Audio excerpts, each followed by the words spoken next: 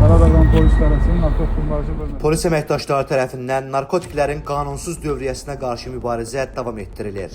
Son olaraq paytaxtın Qaradağ rayonunda keçirilən əməliyyatla əvvəllər məhkum olunmuş 42 yaşlı Elşən Kərimov saxlanılıb. Onun üzərindən və avtomobilindən ümumilikdə 10 kiloqram 821 qram narkotik vasitə heroin, tiryək, həşiş, marixuana, psixotrop maddə metamfetamin və 100 ədəd güclü təsir cihazıya malik metadon həbi aşkar edilərək götürülüb. Saxlanılan şəxs ifadəsində narkotik vasitələri sosial şəbəkədə tanış olduğu şəxsiyyəti istintaqla araşdırılan İran vətəndaşı vasitəsilə əldə etdiyini və hissələrə ayıraraq satmağı planlaşdırdığını bildirib.